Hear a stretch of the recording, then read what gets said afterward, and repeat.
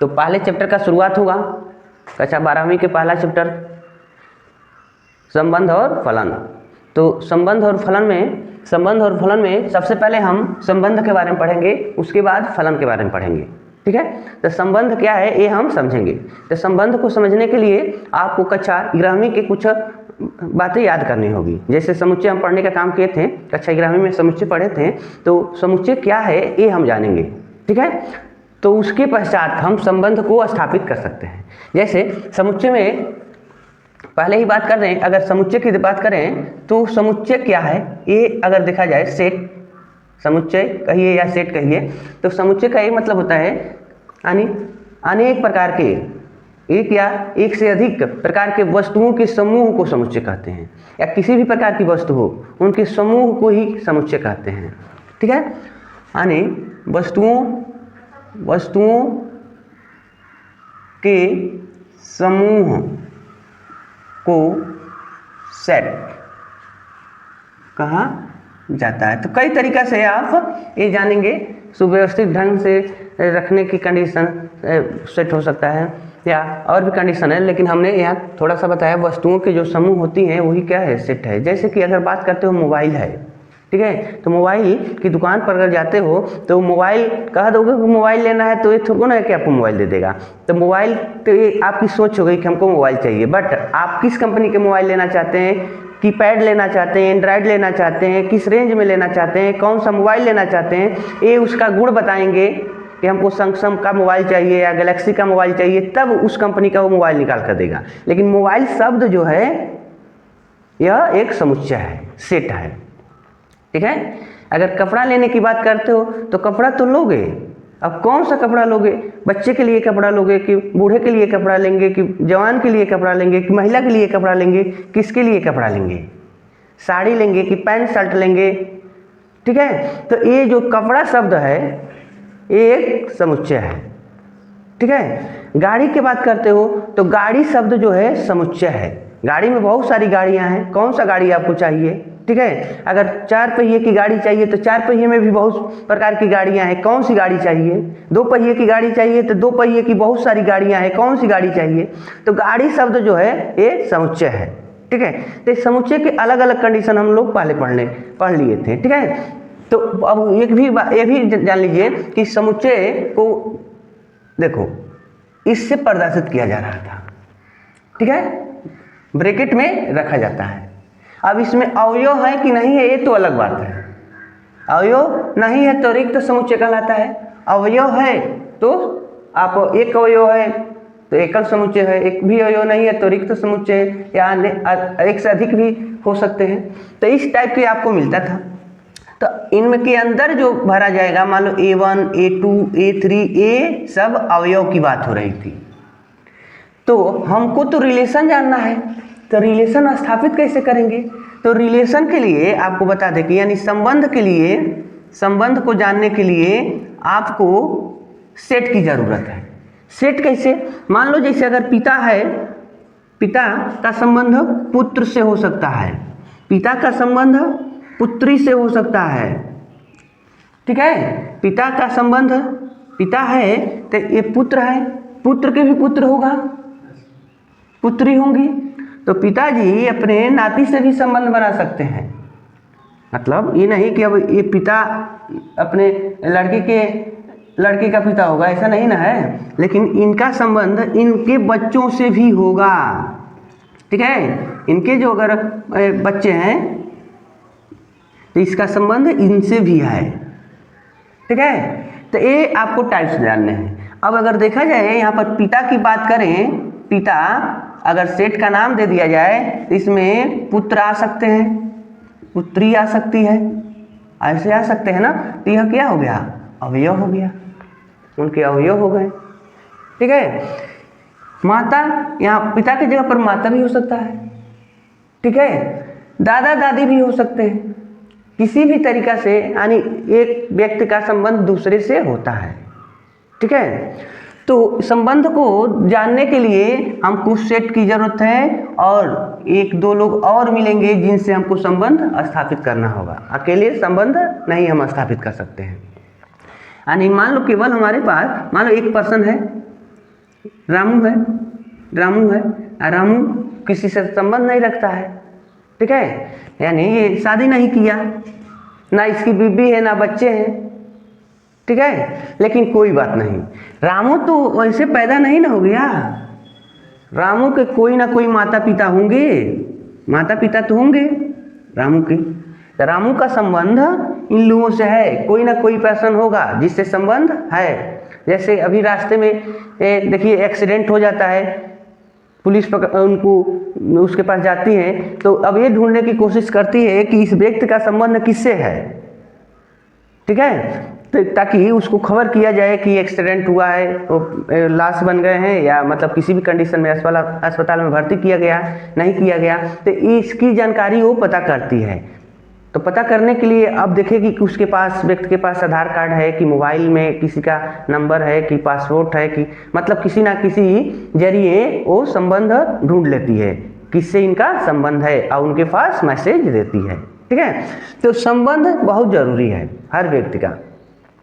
तो संबंध को जानने के लिए आपको सेट समुच्चय को जानना है, और समुच्चय को जानने के लिए आपको अवयव उनमें पता होना चाहिए।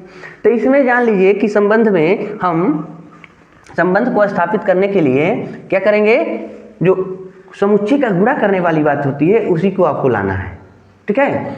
हम क्रॉस गुणा की बात करेंगे, इनको हटा देते हैं, आइए थोड़ा सा देखते हैं क्रॉस गुणा। ठीक है, अब देखो इसमें क्रॉस गुणा की बात होगी, क्रॉस गुणन। आपको सेट दिए जाएंगे, समुच्चय को स्थापित करने के लिए आपको क्रॉस गुणा की बात करनी होगी। यदि दो समुच्चय ए तथा बी हो, ए तथा बी हो, तो आ जाओ भाई, दो सेट है ना हमारे पास, जैसे ए में हो गए ए बी सी, ठीक है, और सी में हो गया 1 2 3 मान लो। तो क्रॉस गुणा किया कैसे जाएगा, तो क्रॉस गुणा करने के लिए देखो ए क्रॉस बी कर देंगे, तो ए में ए की वैल्यू पुट कर लीजिए, ए बी सी, और क्रॉस यहाँ लगाएंगे, और सी बी दूसरा ना है, यहाँ बी लिखना था, यहाँ हमको सी लिख दिए, चलो बी दूसरा सेट है, तो बी 1 2 3 में बी में अवयव 1 2 3 है। अगर इनका हम गुणा करते हैं तो ए का 1 से गुणा करेंगे, यानी पहले सेट के सभी अवयव दूसरे सेट के सभी अवयव से गुणा करेंगे, या पहले करेंगे कैसे, तो पहले सेट का पहला अवयव दूसरे सेट के सभी अवयव से गुणा कर लेगा। तो करो A1 पुनः ए का गुणा 2 से होगा, A2 पुनः ए का 3 से, तो A3, ठीक है। उसके बाद बी का गुणा करेंगे, B1 B2 B3, उसके बाद सी का गुणा करेंगे, चलो यहीं लिखते हैं, C1 C2 और C3। चलो ऐसे आप क्या कर देंगे, गुणा कर लिए, आप गुणा कर लिए तो कुछ नया प्रोडक्ट तैयार हो गया, नए समुच्चय बन गए, ठीक है। तो इनमें इनका नाम आपको, यानी इनका नाम सी दे देना है, यानी A cross B equal to C Cartesian product, मतलब क्रॉस गुणा करने पर हमको सी प्राप्त हो गया। अब इनमें से हम ढूंढेंगे कि किनका संबंध किससे है। यहाँ देखो ए का संबंध 1 से है, ए का संबंध 2 से है, ए का संबंध 3 से है, यहाँ पर बी का संबंध 1 से है, बी का 2 से है, बी का 3 से, सी का 1 से है, मतलब ये संबंध है आपको मिल गए। इनका यहाँ पर ऐसे कंडीशन हो रहा है। कभी कभी ऐसा होगा यदि केवल एक ही समुच्चय हो, तो अब बताओ, मान लो यहाँ 2 लोग थे, हो सकता है पति पत्नी हो, पिता पुत्र हो, भाई बहन हो, ठीक है, और उनमें हमने संबंध देखा। लेकिन ऐसा हो सकता है बहुत लोग ऐसे होते हैं जो अनाथ होते हैं, जिनका कोई नहीं होता आगे पीछे, तो उनका संबंध हम कैसे स्थापित करेंगे? यानी केवल एक समुच्चय है और इनका हम संबंधित स्थापित करना चाहते हैं, तो क्या होगा? तो मान लो जैसे ए में, जैसे यहाँ पर लिया गया था ना ए बी सी अवयव, तो केवल एक ही हमारे पास समुच्चय है और उनका हम चाहते हैं कि संबंध स्थापित करना। तो संबंध स्थापित करने के लिए हमको सबसे पहले क्रॉस गुणा करना है, ठीक है। तो क्रॉस गुणा क्या करेंगे? जब केवल एक ही सेट रहेगा तो उसका गुणा हम केवल उसी में कर देंगे, ठीक है, उसका गुणा उसी में कर देंगे। जैसे यहाँ पर देखो ए क्रॉस ए कर देना है आपको, ए क्रॉस ए, केवल एक ही सेट है तो उसका उसी के साथ गुणा कर देंगे। तो आप देखिए A B C cross A B C, ऐसे हो गया। तो करिए गुणा करिए, तो ए का ए से, ए का ए से, ए का पुनः पहले सेट का हम नंबर ले रहे हैं, आप दूसरे से, ए का बी से, ए का सी से, ठीक है। उसके बाद बी का गुणा करेंगे, बी का गुणा करेंगे सबके साथ, तो बी का ए, बी का बी से और इस बी का बी सी हो गया। उसके बाद सी का करेंगे, तो सी ए सी बी और सी सी, इस तरीके से क्या करेंगे? अगर केवल एक आपको सेट देता है, समुच्चय देता है और उनमें हमको संबंध रिलेशन ढूंढने की बात होगी, तो पहले तो हम उसका उसी के साथ गुणा करके हम कार्टेशियन प्रोडक्ट तैयार कर लेंगे, ठीक है, क्रॉस गुणा हम पता कर लेंगे। उसके बाद ये होगा कि हम इसका क्या करें? संबंध देखें कि किसका संबंध किसके साथ कैसे बना रहा है। तो यहाँ पर देखो संबंधित हो गए ना। अब ये तरीका तो ये जनरल बात थी, ये तो पीछे की बात थी, यानी आपको संबंध जानना है तो ये तो काम करना है। अब आते हैं हम लोग इस चैप्टर में। अब संबंध कितने कितने प्रकार के हो सकते हैं, किस प्रकार हम संबंध को स्थापित कर सकते हैं, ये जानना है, ठीक है। तो संबंध के प्रकार, संबंध के प्रकार, संबंध दो प्रकार के होते हैं, संबंध दो प्रकार के होंगे। एक तो हो जाएगा रिक्त संबंध और एक सार्वत्रिक संबंध।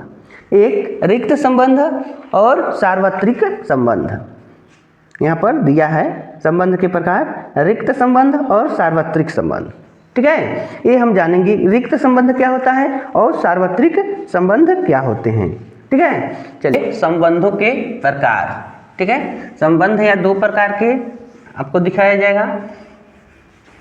संबंध दो प्रकार के हैं, चलो देखते हैं। जैसे देखा जाएगा संबंधों के प्रकार, ठीक है। तो फर्स्ट हो गया रिक्त संबंध, रिक्त अरे यार गलत हो जा रहा, रिक्त संबंध, रिक्त संबंध। और दूसरा हो जाएगा, दूसरा सार्वत्रिक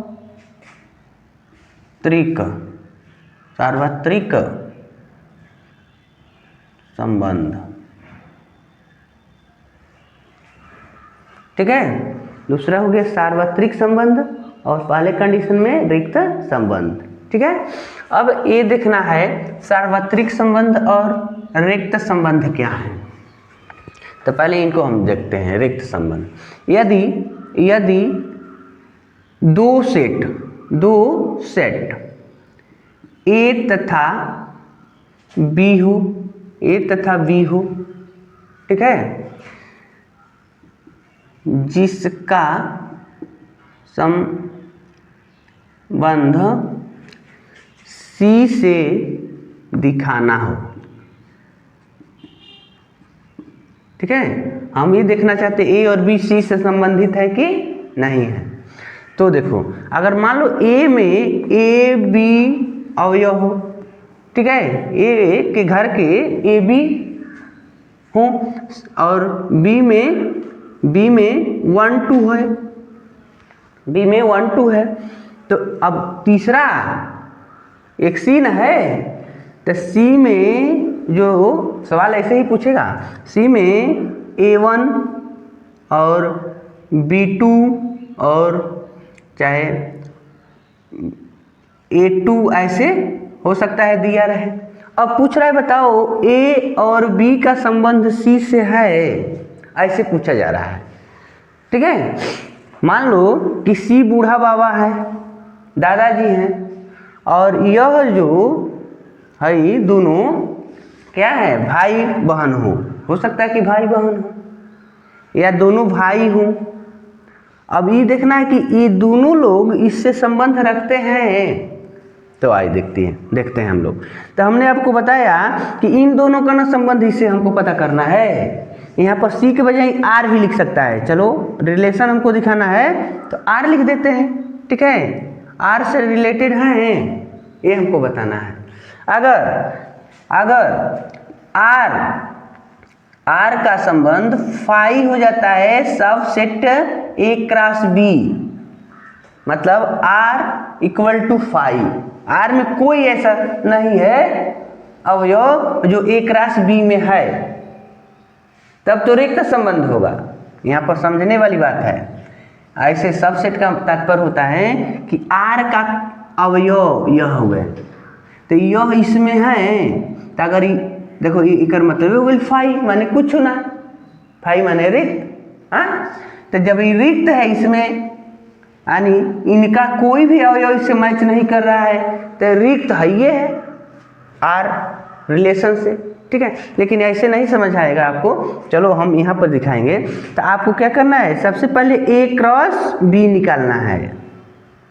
ए क्रॉस बी निकालेंगे, तो ए क्रॉस बी निकालेंगे तो आ जाओ भाई ए क्रॉस बी में, तो ए बी और क्रॉस 1 2 तो गुणा कर दो। ए का 1 से A1 और ए का 2 से A2 हो गया, पुनः B1 और B2 ऐसे हो गया ना। अब देखो ए क्रॉस बी और हमारे पास तीसरा है आर, तो आर में A1 B2 A2 है ना। अब बताओ जो ए क्रॉस बी हम निकाले हैं उनका अवयव इससे मैच कर रहा है, एक को मिल जाएगा तब वो कोई बात नहीं है। तो देखो A1 इसमें है ना, तो इसमें भी है। A2 तो A2 है, B2 तो B2 मिल गया। हाँ, इसका ये तात्पर्य हो गया कि आर का जो अवयव है वो ए क्रॉस बी से मैच कर रहे हैं। ठीक है, यानी R subset A cross B. ठीक है, आर के अवयव बी के अवयव से संबंधित हैं। आप यहाँ लिख सकते हो ए क्रॉस बी के अवयव आर के अवयव है। ए क्रॉस बी का अवयव आर के अवयव हैं, इसलिए यह रिक्त संबंध नहीं है, रिक्त संबंध नहीं है। ठीक है, अगर इस टाइप का अगर आपको मिल जाता है, मानो तुमने ए क्रॉस बी निकाला और तीसरा से संबंधित करना था, देखना था उसमें कि है लोग कि नहीं है, तो आप कहेंगे कि अगर मैच कर गया ना तो आपको कहना है कि रिक्त संबंध नहीं है। लेकिन ये गुणा किए थे और इसमें नहीं मिला होता तो कहते कि रिक्त संबंध है। चलो एक दिखाते हैं, जैसे एक एग्जांपल और हम आपको दिखाते हैं। मान लो ये हमारे पास सेट है, इसमें 1 2 है। ठीक है, और एक दूसरा है इसमें 3 4 है। आज जिससे हमको संबंधित करना है उसमें 5 6 है और 6 7 है। ठीक है, मान लो ऐसे दो लोग हैं। अब हमको देखना है कि ए क्रॉस बी आर से संबंधित है कि नहीं है। तो हम सबसे पहले क्या करेंगे, यहाँ पर ए क्रॉस बी निकालते हैं। तो ए क्रॉस बी के लिए मान लो 1 2 और क्रॉस 3 4 ले लिए। अब देखो 1 का संबंध 1 का गुणा 3 से, तो 1 3 हो गया, 1 4 हो गया, गुणा किए तो अपना 2 का करो तो 2 3 और 2 4 हो गया ना A क्रॉस B। अब बताओ A क्रॉस B जो R में 5 और 6 है और 6 7 एक को मैच कर रहा है, इनका अवयव इनके एक को अवयव से मैच कर रहे हैं, इनका अवयव है लोग ना है, तो इसमें से एक को इसका इससे मैच कर रहा है, नहीं कर रहा है, तो यहाँ कहेंगे कि A क्रॉस B का अवयव R का अवयव नहीं है, अतः क्या हो गया, अतः यह रिक्त संबंध है, यह वाला जो है रिक्त संबंध है। इनमें मैच कर गया ना, तो यहाँ पर लिखा गया है इसलिए यह रिक्त संबंध नहीं है। आर के अवयव हैं तो रिक्त संबंध नहीं है, यहाँ पर आर का अवयव नहीं है तो रिक्त संबंध है। तो इसी तरीका से आपको सॉल्व करना होगा। तो ये हो गया रिक्त संबंध। एक और एग्जाम्पल अगर आपको देखना है तो अभी देख लीजिए, पहले इसको। दूसरा है सार्वत्रिक संबंध। तो सार्वत्रिक संबंध को देखेंगे। सार्वत्रिक संबंध जैसे सेकंड कंडीशन में है सार्वत्रिक संबंध, ठीक है, सार्वत्रिक।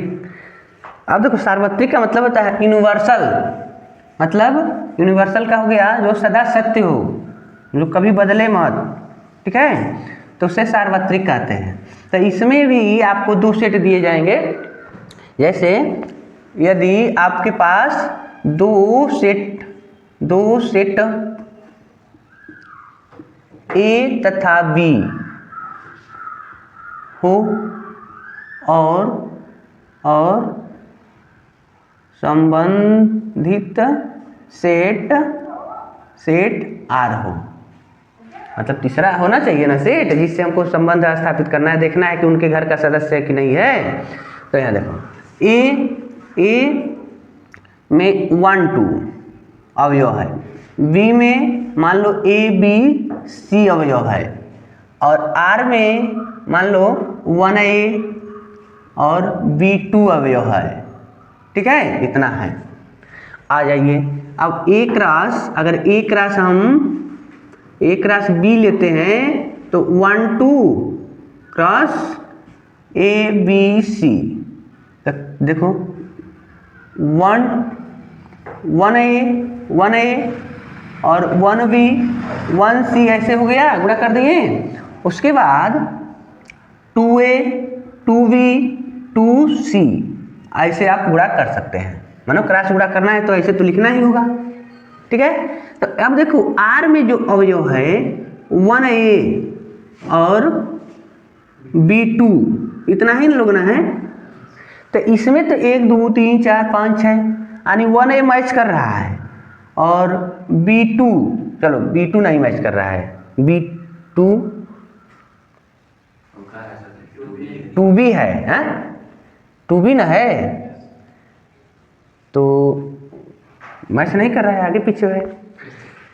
तो ये पूरा का पूरा अगर इसमें से है तब तो कहते हैं कि सार्वत्रिक है, लेकिन अगर इसका एक को इसमें मैच नहीं किया ना तो सार्वत्रिक नहीं है। A क्रॉस B के सभी, अगर मान लो इसको ऐसे ही लिख दिए होते B2 मान लो, नहीं यहाँ तो E आएगा ना 2B, यहाँ B2, तो यो मैच कर गया ना, मान लो ये मैच कर गया, लेकिन और लोग तो छूट गए। तो आपको कहना A क्रॉस B के सभी अवयव R से संबंधित नहीं है, अतः यह सार्वत्रिक संबंध नहीं है, यह सार्वत्रिक संबंध नहीं है। अगर पूरा का पूरा अगर मैच करता है तब तो सार्वत्रिक संबंध है, नहीं तो नहीं है। ये आपको कंडीशन अप्लाई करनी होगी, ठीक है। ऐसे भी अब देखो, अब आप अगर एग्जाम्पल की अगर बात करें तो मान लो एक सेट में अगर हमारे पास है राम और सीता, ठीक है, और बी में है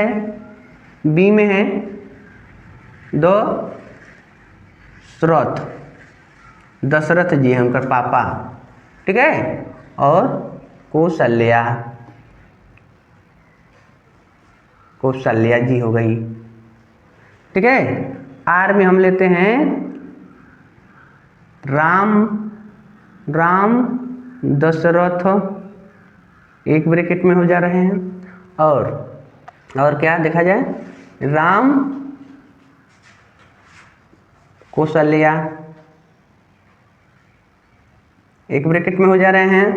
उसके बाद सीता दशरथ भी हो सकते हैं, सीता दशरथ और सीता कौशल्या, ठीक है, ऐसे हो गए आर में। अब आ जाओ, हम रिलेशन देखना चाहते हैं कि ये इनसे संबंध बनता है कि नहीं। तो जब हम A क्रॉस B निकालेंगे तो A में कौन है, राम जी हैं और सीता जी हैं, और B में दशरथ, D रख देते हैं दशरथ जी को, और कौशल्या जी को K रख देते हैं। चलो, राम जी को R, सीता जी को यस, ठीक है। तो यहाँ देखो बाबू, जब निकालेंगे तो RD हो जा रहा है, राम और दशरथ, उसके बाद राम कौशल्या, उसके बाद सीता और दशरथ, सीता जी और दशरथ, और सीता जी कौशल्या, गुणा हो गया ना, क्रॉस गुणा। अब देखो यह आर में है लोग, तो आर में राम जी हैं और दशरथ जी हैं, ठीक है। उसके बाद राम जी हैं और कौशल्या जी हैं, उसके बाद सीता जी हैं, दशरथ जी हैं, उसके बाद सीता जी हैं और कौशल्या जी हैं। अब मिलाओ तो A क्रॉस B का सभी अवयव R से मैच कर रहा है। देख लो बाबू, जब राम की पत्नी सीता हो गई, और दशरथ की पत्नी कौशल्या जी हो गई, ठीक है, दशरथ जी के पत्नी कौशल्या जी हो गई। अभी देखना है कि राम जी की पत्नी सीता जी और दशरथ की पत्नी कौशल्या जी, ये लोग में इनका इनसे संबंध है, इनका इनसे संबंध है। तो अभी देखना है कि क्या इन लोगों का संबंध जो है इसमें मैच कर रहा है, सार्वत्रिक संबंध है, यानी एक अटल संबंध है। तो हमने इनका क्रॉस गुणा किया। यहाँ बताया गया है कि रामायण में राम जी दशरथ जी के पुत्र थे, राम जी कौशल्या जी के पुत्र थे, सीता जी दशरथ के बहू थी, सीता जी कौशल्या जी की बहू थी। हाँ, इसको मिटा नहीं सकते हैं हम लोग। युगो युगो तक, मतलब पृथ्वी का प्रलय हो सकता है, पलटी हो सकती है, हम रहे ना रहें, लेकिन ये जो गाथाएं हैं वो बदल नहीं सकती हैं, ये सदा सत्य है, ठीक है। तो वही बात, यानी ये जो हमने मैच कराया तो देखा कि ये सब के सब अवयव इनसे मैच कर रहे हैं। तो यहाँ पर कह सकते हो अतः A क्रॉस B का सभी अवयव R से संबंधित है, इसलिए सार्वत्रिक संबंध है, सार्वत्रिक संबंध है यह। अगर इस तरीका से मिल गया तो सार्वत्रिक संबंध होगा, और इस कंडीशन से रहता है तो सार्वत्रिक संबंध नहीं रहेगा। तो रिक्त संबंध और सार्वत्रिक संबंध का एक कंडीशन होगा। इस तरीका से आप जांच करेंगे कि एक रिक्त संबंध है कि सार्वत्रिक संबंध है, ठीक है। अब इसके बाद जो हमको पढ़ना है संबंध का रूप, वो सबसे महत्वपूर्ण है, जिसका प्रयोग हमको एक्सरसाइज प्रश्नों में, प्रश्नावली के प्रश्नों में बार बार करना है, ठीक है। जैसे सतुल्य संबंध, सममित संबंध, संक्रामक संबंध। ये प्रश्नावली में आपसे यानी इस सिलेबस में, इस लेसन में बार बार उनका प्रयोग करना है, पूछे जाएंगे, उनको जानना जरूरी है। तो इसके बाद हम लोग उसको ही पढ़ेंगे। ठीक है, ठीक है। मंजिल मिले या ना मिले ये तो किस्मत की बात है, लेकिन हम कोशिश भी ना करें ये तो गलत बात है।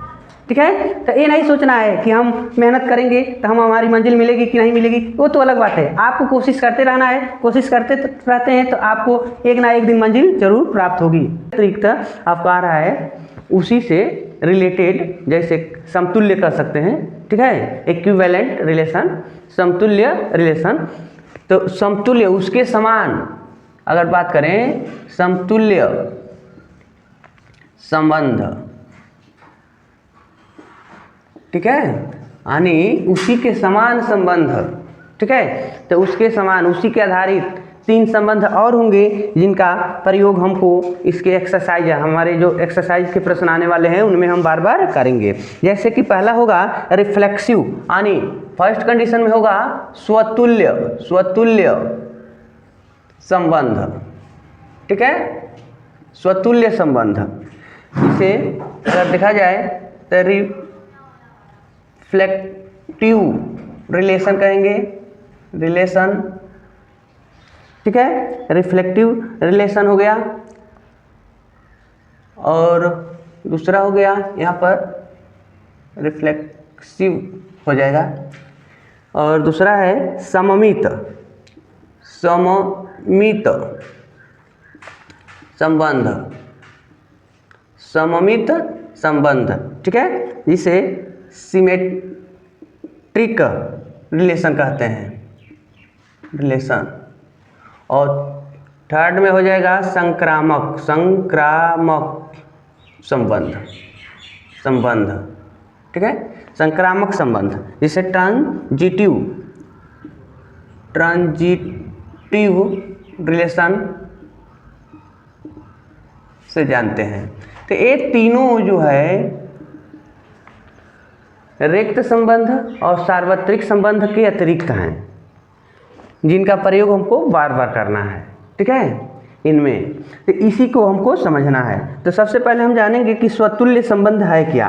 ठीक है, स्वतुल्य संबंध फर्स्ट हमारा रहेगा स्वतुल्य, स्वतुल्य संबंध। अब स्वतुल्य संबंध क्या है ये समझा जाए। ठीक है, अगर मान लो कि कोई अगर संबंध हमारे पास है, 2 लोगों के बीच रिलेशन है, पहले हम नोट कर देते हैं। यदि यदि यदि कोई ए बी का रिलेशन आर से है, ए बी 2 तत्व है या कोई 2 नाम हो सकता है, इनका संबंध आर से है या आर से रिलेटेड है, इसका मतलब होता है एलिमेंट। ठीक है, यानी ए और बी आर से, यानी आर के तत्व हैं, तो ठीक है, तो उसे हम लिख सकते हैं कैसे, ए आर बी। अगर इस टाइप का अगर मिल जाए तो आप क्या लिख सकते हैं, ए आर बी, यानी ए का, आर का मतलब हो गया रिलेशन, तो ए का संबंध बी से है, ए का संबंध बी से है। ठीक है, ए का संबंध बी से है, इससे प्रदर्शित करते हैं, इस तरीके से प्रदर्शित करते हैं।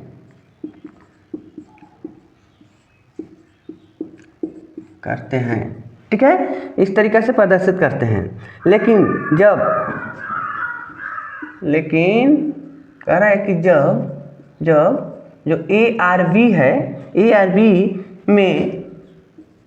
में बी के स्थान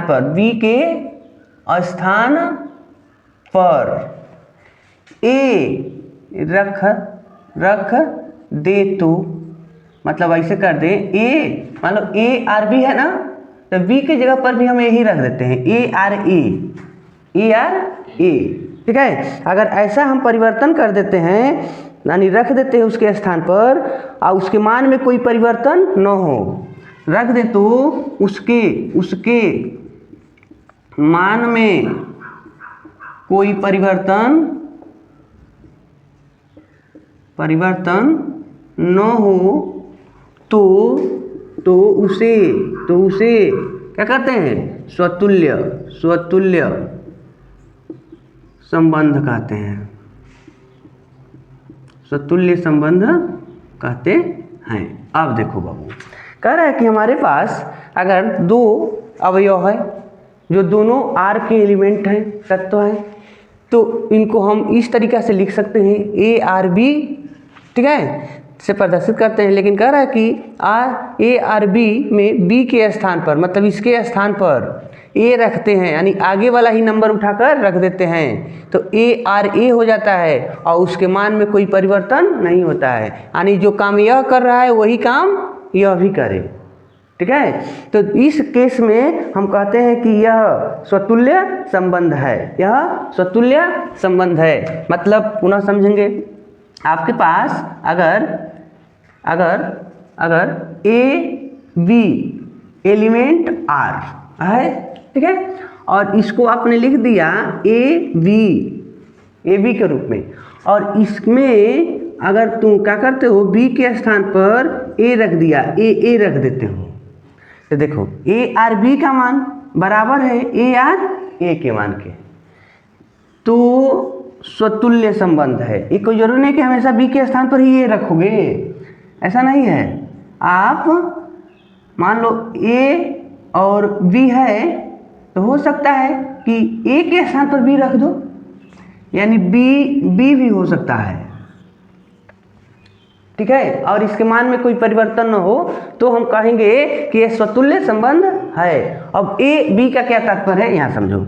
मतलब अगर 1 2 नंबर दे दे ए और बी के स्थान पर, तो यह मान लो रिलेटेड है, यानी इनका संबंध या यह एलिमेंट है आर के, तो इनको हम नोट कर सकते हैं 1 और 2, ठीक है। लेकिन 2 के स्थान पर 1 ही रख दिया गया, तो मान में कोई परिवर्तन न हो, या 1 2 है तो हम 2 2 ही कर दें तो मान में कोई परिवर्तन न हो, तो इस केस में हम कहते हैं कि यह स्वतुल्य संबंध है, ठीक है। यानी उनके स्थान पर मान लीजिए, अब इसका क्या तात्पर्य हो गया, तो मान लीजिए कि किसी स्थान में या किसी के घर 2 लेबर काम कर रहे हैं, ए और बी, ठीक है, ए और बी काम कर रहे हैं, लेकिन उस दिन एक अब्सेंट हो जाता है, मान लो बी अब्सेंट हो गया, ए और बी काम कर रहे हैं मिस्त्री के साथ, लेकिन बी अब्सेंट हो गया, तो बी का काम भी ए करना शुरू कर देता है, ठीक है। मान लो ये दोनों लेबर ही ना है, तो जो काम ए करता है वही काम बी भी करता है, तो 2 लोग काम कर रहे हैं, लेकिन किसी कारण बस अब्सेंट हो गया तो बी का काम भी ए कर दिया, ठीक है, उसके स्थान पर भी जाकर ये काम कर देता है, तो मान में कोई परिवर्तन नहीं है, काम चलता रह रहा है। ये नहीं है कि फला के न आने से काम में रुकावट हो गई।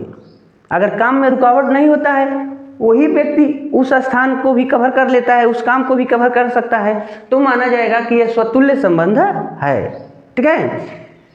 जैसे या हो सकता है कि बी न आए, सॉरी बी आता है ए न आए, तो ए के स्थान पर देखो, इसमें यानी ए और बी है, तो यहाँ पर ए एब्सेंट हो गया, तो ए के स्थान पर बी काम कर दिया, तो इसके मान में कोई परिवर्तन नहीं हुआ, तो इसका ये तात्पर्य हो गया कि ये संबंध स्वतुल्य संबंध है।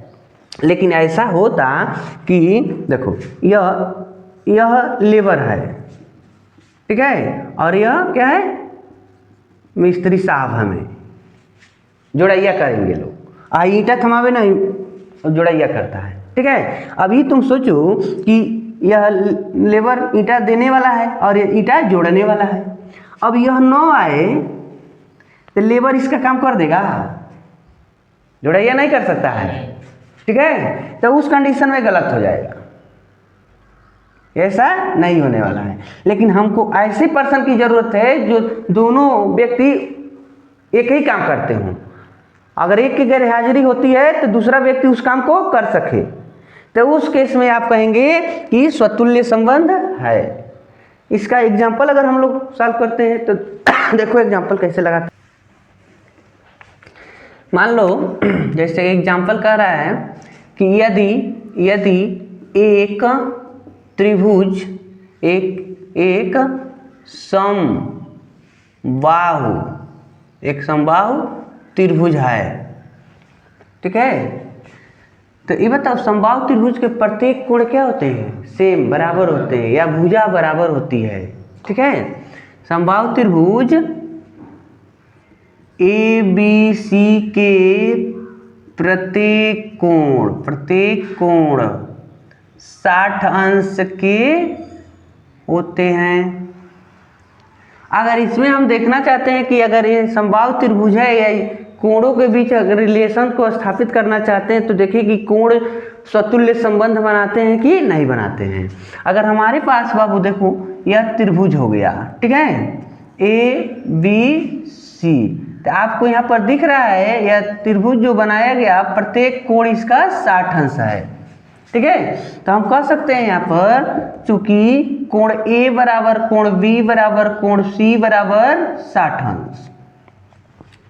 ठीक है, तो अगर हम किसी दो कोण की बात करें, यदि हम ले लेते हैं कोण A कोण B, कोण A कोण B एलिमेंट R, अभी इसी के टाइप नाम फार्मूला पढ़े हैं, तो A और B था, तो यहाँ हमारे पास कोण है तो हमने कोण A कोण B एलिमेंट R है। तो अगर हम ऐसा कर देते हैं यानी B के स्थान, यानी इसको ऐसे भी लिखा जा सकता है कि कोण A और R कोण B। ठीक है, अब देखो अगर हम B के स्थान पर A रख दें, मतलब कोण A और कोण A एलिमेंट R, तो यहाँ आ जाओ, तो यहाँ पर क्या हो गया कोण A कोण A। अब ये देखना है क्या ये दोनों सेम है। ठीक है, आओ देख लो भाई, ये बताओ यहाँ पर A का मान कितना है 60, B का मान कितना है 60, तो यहाँ पर आप अगर वैल्यू पुट कर देते हो तो A के स्थान पर 60 और B के स्थान पर भी 60। हाँ, अगर इस टाइप पे लिखे हो तो यहाँ देखो इनके स्थान पर 60 और इनके स्थान पर 60। अब बताओ ये दोनों में मान में कोनो परिवर्तन है? दोनों के मान में कोई परिवर्तन नहीं ना है, तो इसका ये मतलब हो गया कि यह जो हम संबंध स्थापित किए 60 डिग्री का, या हाई लिखेंगे हम, यह नहीं लिखेंगे, इसको लिखेंगे, तो कोण A R कोण B इक्वल टू कोण A कोण R कोण A, यह दोनों में कोई परिवर्तन नहीं हो रहा है, मान में कोई परिवर्तन नहीं हो रहा है, इसलिए यह क्या है स्वतुल्य संबंध है। ठीक है, तो आपको ऐसे सवाल देगा तो सीधे आप क्या लिखेंगे कोण A कोण B कोण A कोण B एलिमेंट R, तो आप एक लाइन बढ़ा के लिख देंगे कोण A कोण A एलिमेंट R। अतः स्वतुल्य संबंध है। ठीक है, या पूरा जांच करना चाहते हो तो इस तरीक़ा से आप नंबर रख के जांच कर लेंगे कि इसका मान सेम आते हैं कि नहीं आते हैं। तो यहाँ पर कोण को हमने लेने का काम किया, अगर भुजा को लिए होते तो भुजा भी तो सेम होता है जी, इनकी समबाहु त्रिभुज के तीनों भुजा तो बराबर होती है। तो अगर हम यहाँ पर चाहे होते तो लिख दिए होते कि AB बराबर BC बराबर CA। हाँ, तो हम इनको चलो इसी में एक दूसरा एग्जाम्पल नंबर 2 कर देते हैं भुजा के आधार पर। तो यहाँ पर लिखा जा सकता था कि AB और BC एलिमेंट R। हाँ, तो इनको हम कैसे लिख दिए होते हैं AB और BC, इनका नाम हम चेंज करते हैं तो किसके बराबर हो जाता है AB और AB। हाँ, तो ये बताओ कि ये दोनों यह इसके बराबर है ना, तो ये दोनों एक के नहीं रह सकता है, मान में कोई परिवर्तन नहीं होगा। अगर इसकी लंबाई अगर दिया गया होता है 10 तो यहाँ हो जाता है ना 10, तो यहाँ 10, इसका भी मान 10, तो यहाँ AB है तो खुद ही 10 हो जाएगा, तो मान में उसके कोई परिवर्तन नहीं हो रहा है। तो यही समझ लीजिए कि अगर कोई रिलेशन स्थापित हम कर रहे हैं तो ए आर बी है, ए आर बी है, तो बी के स्थान पर ए रख देते हैं या चाहे ए के स्थान पर बी रख देते हैं, यानी दोनों सेम हो जाता है और उसके मान में कोई परिवर्तन नहीं होते हैं, तो आपको कहना है कि यह स्वतुल्य संबंध है। ठीक है, इस तरीके से इनको हम लोग सॉल्व करेंगे।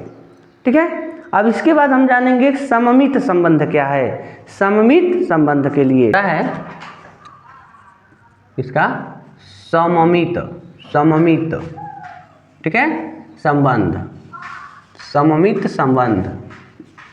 तो सममित संबंध क्या है, तो यदि ए बी रिलेशन है आर से, यदि कोई हमारे पास ए बी है जिनका संबंध आर से है, आर हो, तो यदि ए के स्थान पर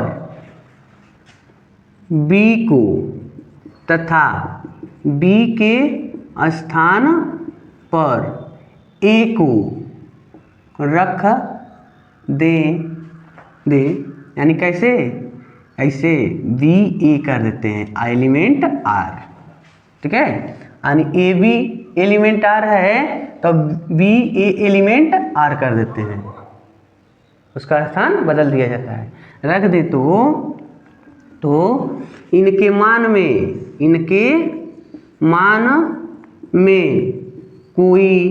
कोई परिवर्तन नहीं होता है तो क्या कहलाता है, सममित संबंध कहलाते हैं। ठीक है, अब कहोगे कैसे, चलो पहले इनको हम यहाँ नोट करते हैं। ए बी एलिमेंट आर, इनको हमने एक राउंड कर दिया बी ए एलिमेंट आर और मान में कोई परिवर्तन नहीं हुआ, या ऐसे लिख सकते हैं ए बी और बी ए, मान लो यह भी इसका तत्व है और ये भी इसका तत्व है, तो एक ही बार लिख लो ए बी और बी ए एलिमेंट आर। तो मानो इस टाइप को जब तुमको सवाल मिलेगा ना, तब क्या कहोगे कि यह सममित संबंध है। इनको ऐसे लिखा जा सकता है कि देखो ए बी और इधर से बी ए। ठीक है, अगर इस तरीका से अगर आपको मिल गया तब तो कहना है कि हाँ ये सममित संबंध है, अन्यथा नहीं है। अब आओ फिलहाल एक एग्जाम्पल की हम बात कर लें। एग्जाम्पल मान लो जैसे कि दे देता है 1 2, मतलब दिया हुआ है, हम नहीं कर रहे हैं, मान लो 1 2 और 2 1 एलिमेंट आर। जब तूने देखा अरे यार 1 2 है, इसी का क्रम मतलब है एक बार आगे है एक बार पीछे है, इनका रिलेशन आर से है, तो इनको ऐसे लिख सकते हैं ना 1 2 और इधर 2 1। हाँ, तो इसका ये मतलब हो गया, इसको देखकर आपको समझ जाना है कि यह सममित, यहाँ गलत हो गया, सममित संबंध है। ठीक है, इसमें आपको कोई दिक्कत नहीं होना चाहिए। ये तो जनरल बात बताएं, चलो एक एग्जांपल लगाते हैं अभी, लेकिन ये आपको समझना है कि जब इस टाइप को आपको मिले ए बी और बी ए एलिमेंट आर हो, तभी आपको कहना है कि यह सममित संबंध है। ठीक है, या चलो एक जनरल बात समझ लिया जाए, जैसे या मान लो ये आर का मतलब है रिलेशन। ठीक है, अगर हम राम की पूजा करते हैं और एक व्यक्ति है जो श्याम की पूजा करता है, ठीक है, ये दोनों ईश्वर हैं, दोनों एक ही का रूप है, दोनों विष्णु का ही अवतार है, दोनों को ठाकुर जी ही कहते हैं। तो आप एक दिन पहले श्याम जी की पूजा कर लिए और तब राम जी की पूजा कर लिए, तो दोनों का तात्पर्य है आप एक ही इष्ट को याद करते हैं, नाम उनका अलग अलग है, काम एक है। ठीक है, राम ही भगवान विष्णु के अवतार हैं और श्याम भी भगवान विष्णु के अवतार हैं। आप पहले राम जी की पूजा करते हैं और बाद में श्याम की पूजा किए, या पहले श्याम की पूजा किए बाद में राम की पूजा किए, दोनों का मायने एक ही है। ठीक है। या लेबर की बात करें, एक जैसे कि मान लो एक राजू है और एक मोनू है। राजू का संबंध मोनू से है, दोनों एक मोबाइल कंपनी में काम करते हैं। ठीक है, दोनों का काम एक ही है, सेम काम करते हैं। तो ये बताओ, एक दिन राजू के सीट पर मोनू बैठ गया और मोनू के सीट पर राजू बैठ गया। जब दोनों का काम एक ही है तो वो कहीं बैठ कर करें, कर सकते हैं ना, मान में कोई परिवर्तन नहीं होगा। या हो सकता है कि राजू और मोनू कक्षा 12वीं के छात्र हों। ठीक है, तो पहले सीट पर राजू बैठ गया और दूसरे सीट पर मोनू बैठ गया। ठीक है, लेकिन टीचर ने कहा कि पहले सीट पर मोनू को बैठा दिए और दूसरे सीट पर राजू को बैठा दिए, तो क्या इन लोगों को सवाल समझने में दिक्कत होगी? कोई परेशानी नहीं है।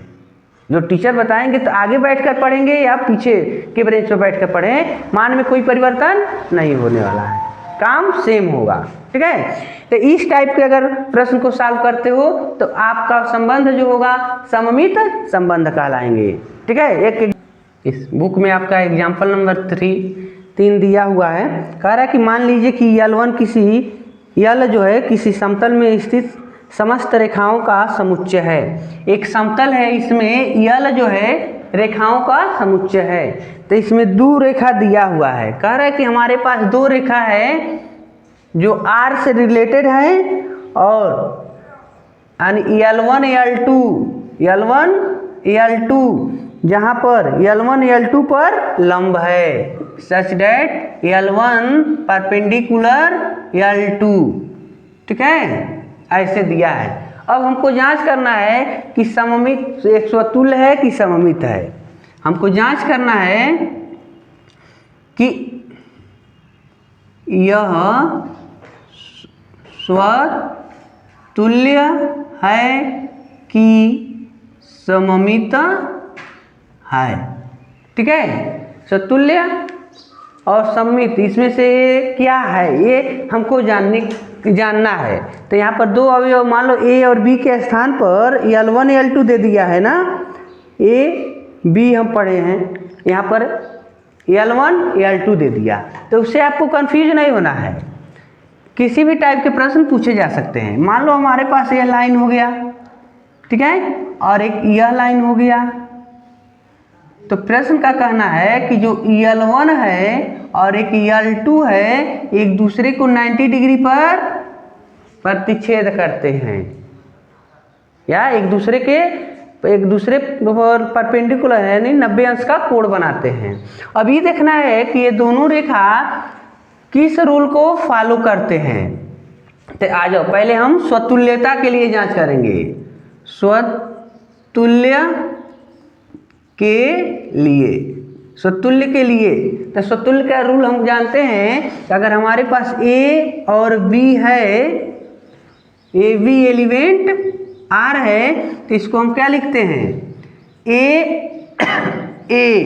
Element R। अगर AB दिया हो, R से रिलेटेड हो, तो हम क्या करते हैं, B के स्थान पर A ही रख देते हैं, यानी जो आगे का नंबर होता है वही पुट कर देते हैं। अब फिर भी उसके मान में अगर परिवर्तन न हो तो कहते हैं कि यह स्वतुल्य है। अब आओ, जब हमको क्या दिया गया है, L1 L2, तो हम लेते हैं L1 और L2, L1 और L2। अब बताओ, यह रिलेटेड है, रिलेशन बनाते हैं, यानी R का अवयव है, संबंध बनाते हैं। तो अगर हम इनको L1 कर दें तो ये कथन सही है, ये देखना है। ठीक है, L1 कर दें तो सही होगा। अब पहले समझो कैसे। मान लो L1 पर L2 90 अंश का कोण बनाता है, लेकिन हम L1 जो रेखा है इसी को हम लेकिन ध्यान देना है, L1 है तो क्षैतिज है, क्षैतिज बनाए हैं, और L2 को ऊर्ध्वाधर बनाए हैं।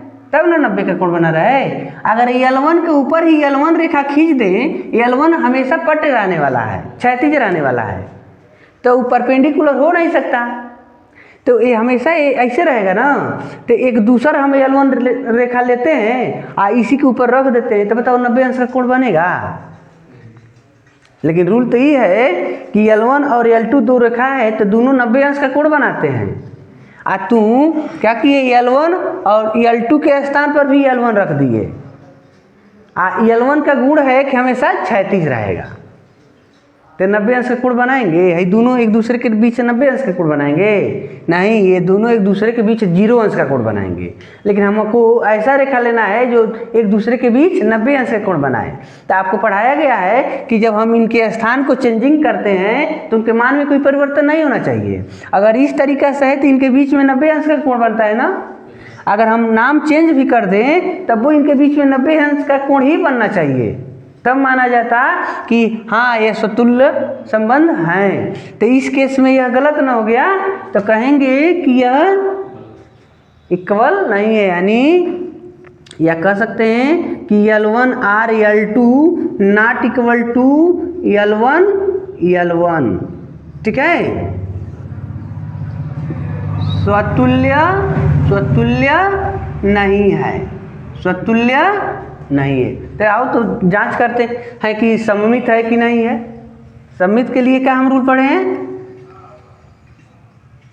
सममित के लिए ऐसे ही जांच करेंगे। अगर तीनों जांच करने के दो या तीन गो जांच करने का है तो बारी बारी से स्वतुल्य के लिए तो ऐसे आप लिखेंगे। सममित के लिए तो देखो, सममित के लिए बाबू आपको बताया गया कि AB और BA एलिमेंट R होना चाहिए। ठीक है, यानी AB है तो एक बार इसको उल्टा कर दो और दोनों एक साथ होना चाहिए। अब मान में कोई परिवर्तन नहीं होना चाहिए। तो मान लो अगर हम L1 L2 ले लेते हैं, एक बार L2 L1 कर देते हैं, तो अब देखना है कि यह सही है कि नहीं। अब आ जाओ, L1 लिए ना, L1 पर L2 रेखा 90 का कोण बना रही है। हाँ, एक बार है कि हम उल्टा कर दें, पहले हम L1 लिए हैं तब L2 लिए हैं। एक बार हम L2 ले लें, पहले हम L2 रेखा खींच दें तब L1 रेखा खींचे, तब वो तो 90 का कोण बनेगा। हाँ, पहले L1 खींचे तब L2 खींचे तो 90 का बना ना। लेकिन इसमें कह रहा कितना ही नहीं, पहले तू L2 खींचो तब क्षैतिज रेखा यानी L1 खींचो, तो देखो 90 का कोण बन रहा है ना। तो मान में कोई परिवर्तन नहीं हो रहा है। तो इस केस में आप क्या कह देंगे, सममित है। ठीक है, आप लिखेंगे सममित संबंध है, कोई दिक्कत नहीं होना चाहिए आपको। ठीक है, एक और भी एग्जांपल हम पढ़ सकते हैं, इसमें जान सकते हैं। चलिए पहले इसको आप नोट कर लेंगे तब बता रहे हैं।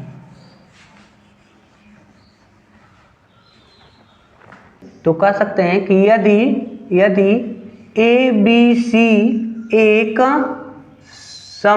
समरूप ABC तथा त्रिभुज ABC तथा PQR एक समरूप त्रिभुज है, तो आओ पहले बनाते हैं। दोनों का रूप मतलब एक जैसा है, या ऐसे बना देते हैं, ऐसे समकोण त्रिभुज बना देते हैं। ठीक है, ABC एक थोड़ा बड़ा बना देते हैं। अब देखो PQR, तो बताओ दोनों समरूप है कि नहीं, दोनों का रूप एक जैसा है ना, समकोण त्रिभुज है। छोटा बड़ा है उससे नहीं मतलब है, लेकिन रूप देखना है केवल तुमको। तो आ जाओ, अगर ये बात करें हम कि त्रिभुज ABC और त्रिभुज PQR, ठीक है, वैसे त्रिभुज PQR त्रिभुज ABC एलिमेंट R। तो सही है कि गलत है, या ऐसे लिख सकते हो त्रिभुज ABC जो है इनका संबंध त्रिभुज PQR से है, तो यह भी समरूप है, यह भी समरूप है। अगर हम इनको पहले लिख देते हैं PQR और ये लिख देते हैं ABC, तो ये बताओ मान में कोई परिवर्तन है? अगर इसको पहले बनाते हो तभी समकोण त्रिभुज बनाओगे, अब बाद में ये बनाए तो ये समकोण हो गया, या इसको पहले बनाए या इसको बाद में, तो यानी कहीं बनाओ, पहले लो चाहे बाद में, आपको समकोण ही बनाना है, और रूप सेम होना चाहिए। तो इनके मान में कोई परिवर्तन नहीं हुआ, तो इस केस में एक ऐसा संबंध हो गया, सममित संबंध हो गया। कैसा संबंध हो गया? सममित संबंध हो गया। ठीक है, अब अगला है संक्रामक संबंध। संक्रामक को देखिए, चलो इसको मिटा दे रहे हैं। ठीक है, संक्रामक देखेंगे,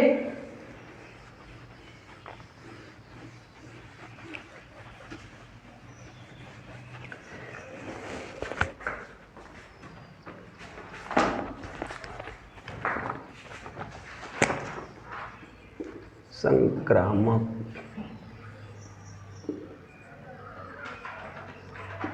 संक्रामक संबंध, तीसरा संबंध जो है हमारा संक्रामक।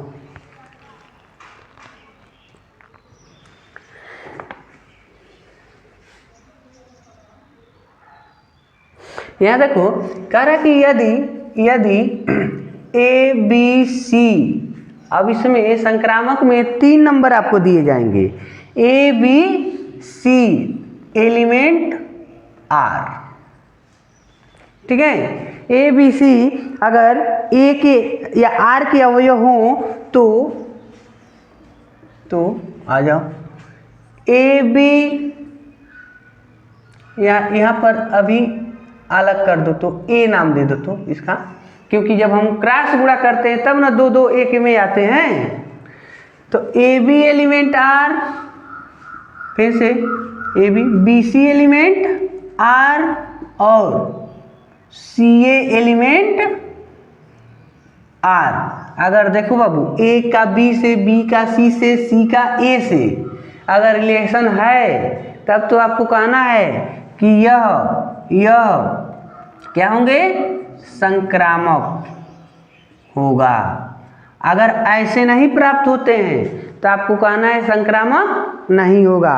जैसे अगर बात किया जाए, जैसे देखो अगर हमारे पास x बराबर y है, एक इक्वेशन दे दिया गया x बराबर y, इक्वेशन नंबर 1, और y बराबर z, इक्वेशन नंबर 2। ठीक है, अभी देखना है कि अगर x बराबर y है और y बराबर z है तो आपको z बराबर x आना चाहिए ना। मान लो है x y y z, तो z x होना चाहिए ना। तो अगर समीकरण 1 2 से अगर बात करें, 2 से, तो ये बताओ अगर हम चाहें तो x बराबर y या y बराबर z है तो y की जगह यहाँ पर x को रख दें, रख सकते हैं ना। तो आप लिख सकते हैं कि x बराबर z, यानी इसके जगह पर इसका मान यहाँ से उठा कर नहीं रख सकते हैं। अच्छा, इसके जगह पर इस y का मान है z उठा कर नहीं रख सकते हैं, तो यही ना से मिलेगा। अब इनको फॉलो कर रहा है कि नहीं कर रहा है? यह रूल फॉलो कर दिया कि नहीं कर दिया? तो तीनों का संबंध एक दूसरे से अगर बनता है, सब के सब एक दूसरे के बराबर अगर प्राप्त हो जाते हैं तो उस केस में हम क्या कहते हैं कि संक्रामक है। तो यहाँ पर कहेंगे अतः x बराबर y बराबर z, x बराबर y बराबर z, यह क्या है? संक्रामक है। या इनको ऐसे लिख सकते हैं कि x y y z और z x। ठीक है, संक्रामक के लिए आपको एक फॉलो करना होगा। चलिए हो गया। चलिए इसके बाद हम पर्सनॉलिटी के प्रश्न पढ़ेंगे अगले टर्न में। अगर ये वीडियो आपको अच्छा लगे तो लाइक ज़रूर करिएगा। चैनल को सब्सक्राइब नहीं किए होंगे तो सब्सक्राइब कर लीजिएगा। धन्यवाद।